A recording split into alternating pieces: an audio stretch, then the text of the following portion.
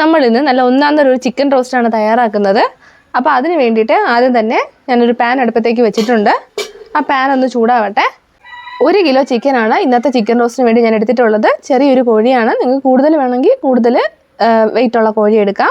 അപ്പോൾ ഈ ഒരു 1 കിലോയ്ക്കാണ് ഞാൻ ചിക്കൻ റോസ്റ്റ് ചെയ്ത് കാണിക്കുന്നത്. ഇത് നന്നായിട്ട് കഴുകി മിനിമം ഒരു 10 മിനിറ്റെങ്കിലും നമ്മൾ വിനാഗിരി ഒഴിച്ച വെള്ളത്തിൽ കുതിർത്ത് വെച്ചിട്ട് വേണം ചിക്കൻ എടുക്കാൻ. അപ്പോൾ ചിക്കൻ നല്ല സോഫ്റ്റായിട്ട് നമുക്ക് കിട്ടും.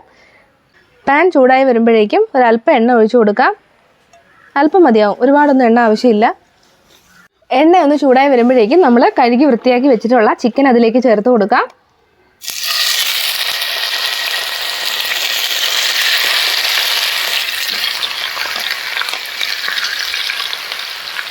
ഉപ്പൊന്നും ഞാൻ ചേർക്കുന്നില്ല.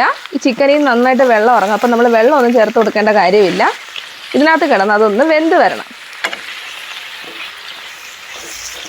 ഒരു 10 മിനിറ്റ് നമുക്കിതൊന്ന് മൂടി വെച്ചൊന്ന് വേവിച്ചെടുക്കാം. മീഡിയം ഫ്ലെയിമിലിട്ടാൽ മതി. ചിക്കനിൽ നിന്ന് വെള്ളമൊക്കെ ഇറങ്ങി നന്നായിട്ട് തിളച്ച് തുടങ്ങിയിട്ടുണ്ട്. ഈ സമയത്ത് നമുക്കൊരല്പം ഉപ്പ് ചേർത്ത് കൊടുക്കാം. ഞാനിവിടെ കല്ലുപ്പാണ് ചേർക്കുന്നത്. ചെറുതായിട്ടൊന്ന് മിക്സ് ചെയ്ത് കൊടുക്കാം.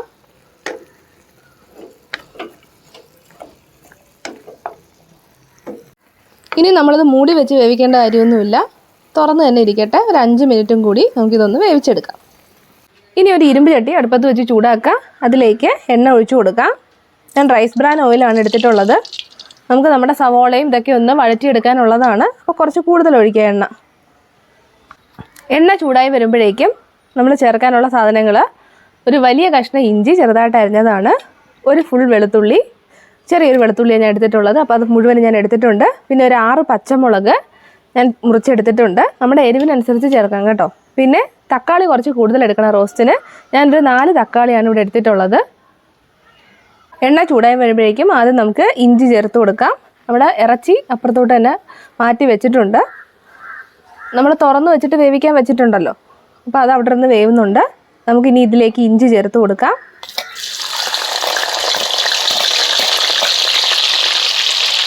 ഇഞ്ചി ചേർത്തിട്ട് ഒന്ന് വഴറ്റി കൊടുക്കാം. ഇഞ്ചി ഒന്ന് വഴറ്റി ഒരുവിധം ഒന്ന് എന്താ പറയുക ചെറുതായിട്ടൊന്ന് കളറ് മാറാൻ തുടങ്ങുന്ന സമയത്ത് നമുക്ക് വെളുത്തുള്ളി ചേർത്ത് കൊടുക്കാം. വെളുത്തുള്ളിയും ചേർത്തിട്ട് നന്നായിട്ടൊന്ന് വഴറ്റിയെടുക്കാം.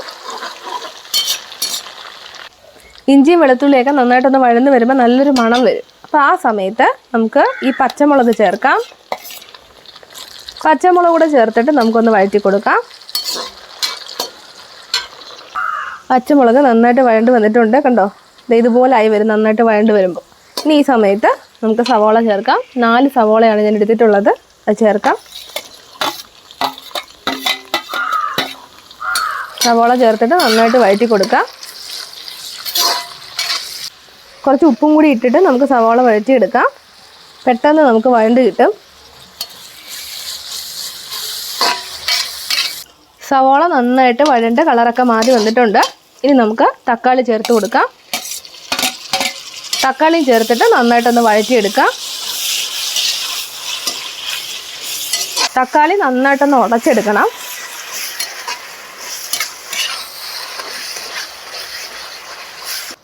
ഇനി ലോ ഫ്ലെയിമിലാക്കിയിട്ട് പൊടികൾ ചേർത്ത് കൊടുക്കാം.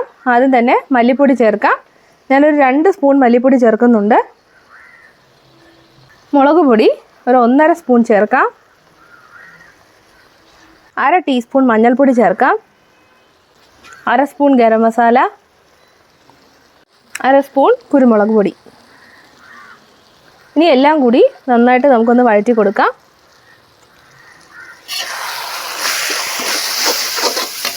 ലോ ഫ്ലെയിമിൽ ഇട്ട് തന്നെ വഴറ്റിയെടുക്കണം. പൊടികളുടെ പച്ച മണമൊക്കെ മാറി ചെറുതായിട്ടൊന്ന് മൂത്ത് വരണം. അതൊക്കെ പൊടികളൊക്കെ നന്നായിട്ട് വഴന്നിട്ടുണ്ട്. എണ്ണയൊക്കെ തെളിഞ്ഞ് വന്നിട്ടുണ്ട്, കണ്ടോ? ഇനി ഈ സമയത്ത് 1/2 ഗ്ലാസ് ചൂടുവെള്ളത്തിൽ 2 സ്പൂൺ വിനാഗിരി ഒഴിച്ചതാണ്. ചൂടാക്കി തണുപ്പിച്ച വെള്ളമായാലും മതി. നമുക്കത് ഇതിലേക്ക് ചേർത്ത് കൊടുക്കാം.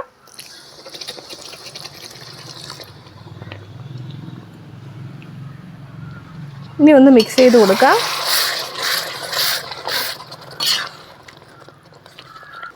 ആ ഗ്രേവി ഒന്ന് തിളച്ച് വന്നു കഴിഞ്ഞാൽ നമ്മൾ വേവിച്ച് വെച്ചിട്ടുള്ള ചിക്കൻ ചേർത്ത് കൊടുക്കാം. അതിൻ്റെ ആ ഒരു സ്റ്റോക്കോട് കൂടി തന്നെയാണ് ചേർക്കുന്നത്.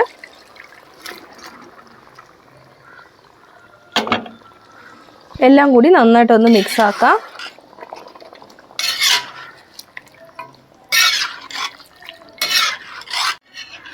ചിക്കൻ ഉടഞ്ഞു പോകാതെ വേണം ഇളക്കിയെടുക്കാൻ. കണ്ടോ, ഇതുപോലെ ഇളക്കിയെടുക്കാം.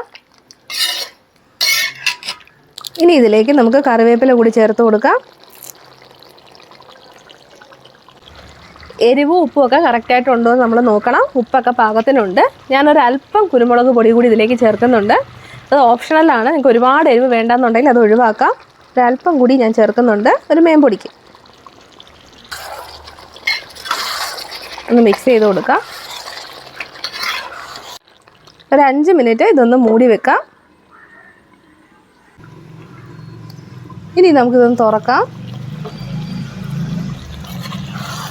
കണ്ടോ, കുറച്ചും കൂടി വേണമെങ്കിൽ നമുക്കിതൊന്ന് ഡ്രൈ ആക്കി എടുക്കാം. റോസ്റ്റ് അല്ലേ, ഒരുപാട് ഗ്രേവിയുടെ ആവശ്യമൊന്നുമില്ല. അല്ലെങ്കിൽ ഈ ഒരു പരുവത്തിന് എടുത്താലും മതി.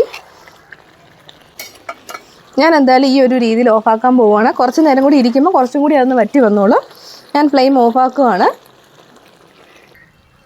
അങ്ങനെ നമ്മുടെ ചിക്കൻ റോസ്റ്റ് തയ്യാറായിട്ടുണ്ട്. നല്ല മണമാണ് കേട്ടോ, നല്ല രസമാണ്. ഈ മണം അടിച്ചാൽ തന്നെ നമുക്ക് നന്നായിട്ട് വിശപ്പ് വരും. നമുക്ക് ചോറിൻ്റെ കൂടെയോ ചപ്പാത്തിയുടെ കൂടെയോ എന്തിൻ്റെ കൂടെ വേണമെങ്കിലും കഴിക്കാം. ഒരു തവണയെങ്കിലും ചിക്കൻ റോസ്റ്റ് ഈ ഒരു രീതിയിൽ നിങ്ങൾ ചെയ്ത് നോക്കുക. നിങ്ങളുടെ ഫീഡ്ബാക്ക്സ് അറിയിക്കണം. പുതിയൊരു വീഡിയോയിൽ നമുക്ക് വീണ്ടും കാണാം. അതുവരെ ബൈ ബൈ.